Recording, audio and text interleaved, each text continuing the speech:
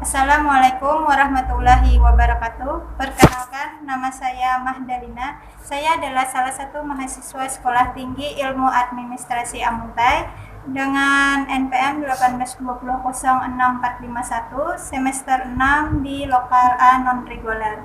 Di sini saya sedang bersama Bapak Mawardi. Beliau adalah Wakil Ketua DPRD Kabupaten Hulu Sungai Utara. Bagaimana kabarnya, Pak? Baik. Alhamdulillah sehat-sehat ya, Pak. Baiklah, langsung saja di sini saya ingin mewawancarai Bapak Mawardi soal pembangunan daerah di Hulu Sungai Utara ini, khususnya Kota Amuntai. Mengenai bicara tentang pembangunan daerah di Hulu Sungai Utara ini, khususnya Kota Amuntai, menurut Bapak, bagaimana persepsi atau pendapat Bapak tentang pembangunan di daerah Hulu Sungai Utara ini, khususnya Kota Amuntai yang sedang berjalan atau berlangsung? Ya, terima kasih. Pendapat saya tentang pembangunan di daerah kita Amuntai yang berlangsung saat ini, di mana di dalam melaksanakan pembangunan kita harus mengacu atau berorientasi kepada RPJMD atau RPJPD, rencana pembangunan jangka menengah daerah dan rencana pembangunan jangka panjang daerah, di mana pada dasarnya ini adalah merupakan dokumen pelaksanaan pembangunan daerah yang termuat di dalam visi dan misi serta arah pembangunan daerah. Seperti halnya kita Kabupaten Hulu Sungai Utara. Hulu Sungai Utara ini mempunyai visi dan misi. Visinya itu adalah HSU Mantap. Mantap merupakan akronim atau singkatan daripada Maju, Mandiri, Sejahtera, Agamis, dan Produktif. Nah, sedangkan misi daripada Kabupaten Hulu Sungai Utara barangkali tidaklah jauh berbeda dengan kabupaten atau daerah lainnya. Di antaranya itu adalah menciptakan pemerintahan yang baik, yang bersih, dan juga inovatif. Juga membangun infrastruktur yang terintegrasi, seperti misalnya dalam sektor pertanian, pendidikan, kesehatan, maupun ekonomi lokal lainnya. Kembali kepada pertanyaan tadi, bagaimana pembangunan di daerah Amuntai? Saya rasa cukup baik dan berkembang. Hal ini dapat kita lihat bersama, di mana pada pembangunan fisik yang dilakukan oleh pemerintah daerah saat ini, terutama penjadian sarana umum, apakah itu peningkatan kualitas jalan, pembangunan atau renovasi jembatan, dan sarana pendidikan dan kesejahteraan lainnya. Meskipun di dalam perjalanannya, di mana di dalam membangun di daerah kita Amuntai ini tentunya belum sepenuhnya terserap, belum sepenuhnya terrealisasi sesuai dengan visi dan misi daripada Kabupaten Hulu Sungai Utara. Hal ini terjadi karena masih adanya program-program pembangunan daerah yang menjadi PR daerah yang dapat dilaksanakan pada kegiatan selanjutnya. Di samping itu juga masih adanya aspirasi daripada warga masyarakat yang terhimpun di dalam pokok-pokok pikiran DPRD yang belum begitu diakomodir oleh pemerintah daerah. Padahal ini adalah merupakan aspirasi dari masyarakat bawah. Tentunya pokok-pokok pikiran ini terangkum dalam RKPD, Rencana Kerja Pemerintah Daerah, sebagai penjabaran daripada rencana pembangunan jangka menengah daerah. Yang kedua, tentang pembangunan di Amuntai ini, tentu saja Bapak ada keinginan atau harapan atau kehendak Bapak misalnya tentang rencana pembangunan di Kota Amuntai ini pada masa sekarang maupun masa yang akan datang. Menurut undang-undang, bahwa salah satu kewajiban anggota DPRD, ini kita bicara saya sebagai wakil rakyat, ya. Undang-undang mengatur bahwa salah satu kewajiban anggota DPRD adalah menyerap, menghimpun aspirasi konstituen dengan melaksanakan kunjungan kerja ke daerah-daerah pemilihannya. Salah satunya itu adalah melalui kegiatan reses. Reses ini adalah merupakan kegiatan anggota DPRD di luar gedung, di luar kantor, yang mana bertujuan untuk menampung aspirasi, untuk memperoleh keluhan-keluhan dan juga menindaklanjuti aspirasi dan pengaduan masyarakat. Nah, melalui kunjungan secara berkala ini ke daerah masing-masing pemilihannya, kita dapat mendengari secara langsung aspirasi yang disampaikan oleh masyarakat di daerah bawah. Dan untuk selanjutnya, hasil aspirasi masyarakat ini dihimpun, dicatat setiap anggota DPRD, karena kami anggota DPRD itu melaksanakan reses ini secara berkala 4 bulan sekali. Jadi dalam 1 tahun itu ada 3 kali. Dicatat, dihimpun hasil reses ini, apa saja aspirasi, apa saja keluhan masyarakat, terutama dalam bidang pembangunan. Nah, setelah itu kami sampaikan kepada pihak eksekutif, dalam hal ini pemerintah daerah, untuk dapat ditindaklanjuti sebagai bahan untuk menyusun program-program pembangunan dalam RKPD, Rencana Kerja Pemerintah Daerah, untuk tahun anggaran selanjutnya.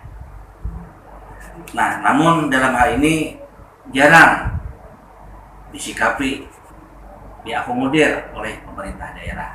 Nah, oleh karena itu harapan kami selaku wakil rakyat, kiranya pemerintah daerah memperhatikan minimal 30 atau 40% aspirasi masyarakat ini, hasil daripada reses ini bisa diperhatikan.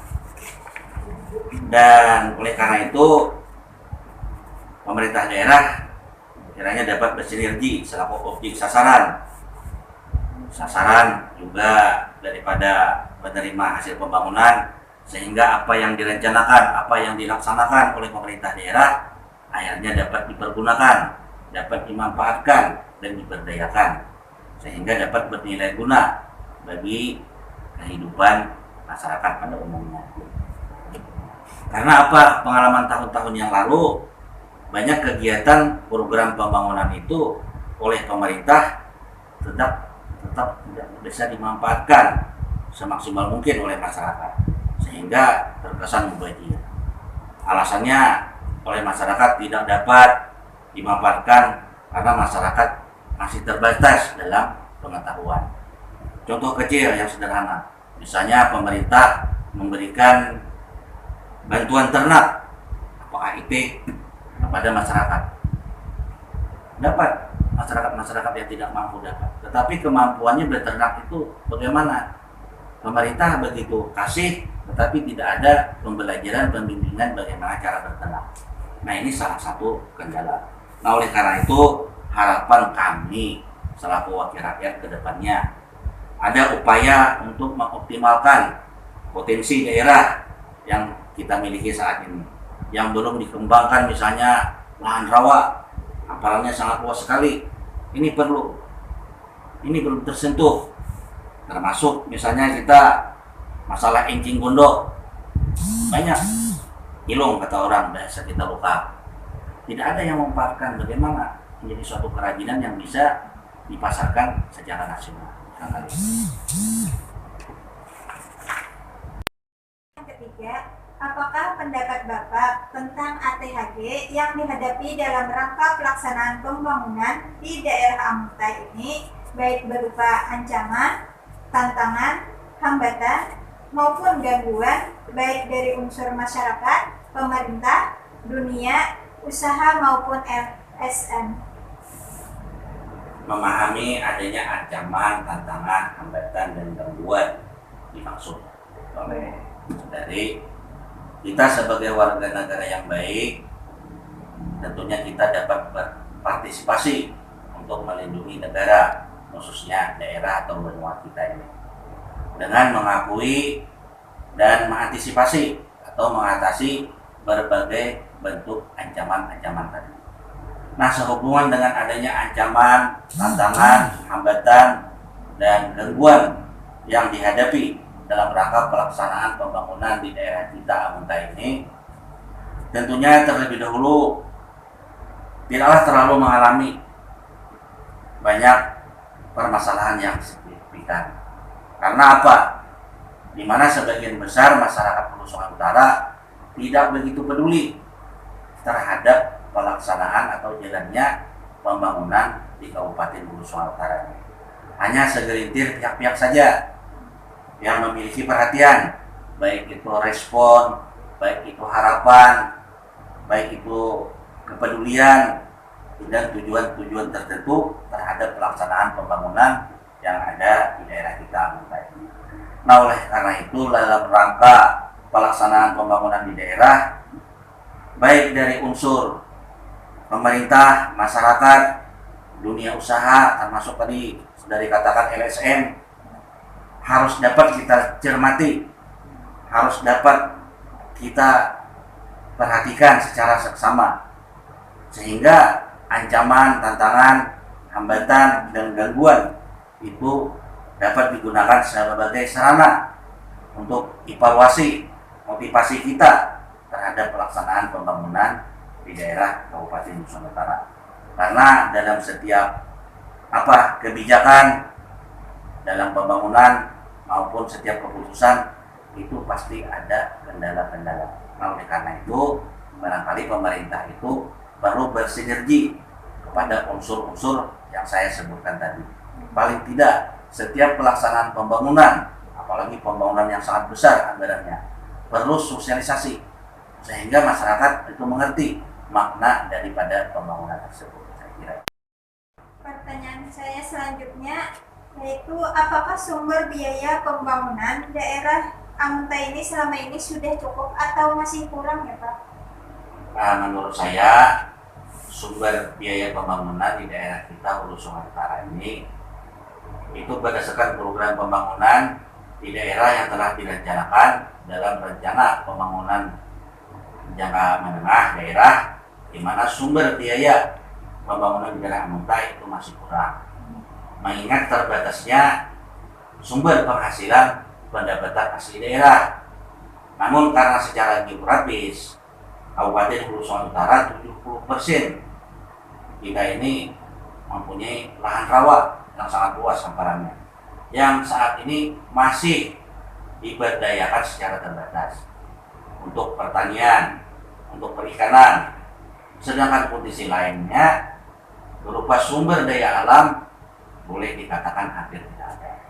Nah, sehingga untuk memenuhi kebutuhan dalam pembangunan daerah, kita berupaya secara aktif, berupaya untuk mendapatkan peningkatan pendapatan melalui jalur, apakah itu jalur pajak, retribusi daerah, dan sektor lainnya, apakah itu sektor pertanian yang menjadi andalan Kabupaten Hulu Sungai Utara, serta lebih aktif dalam mendapatkan berbagai program dana bantuan pembangunan, baik itu dari pusat bagi Provinsi Kalimantan Selatan, dan ini tentunya mempunyai persaingan dan harus kita punya kreativitas dan inovasi sehingga dana bantuan baik dari pusat maupun provinsi Kalimantan bisa mengalir ke Kabupaten Hulu Sungai Utara.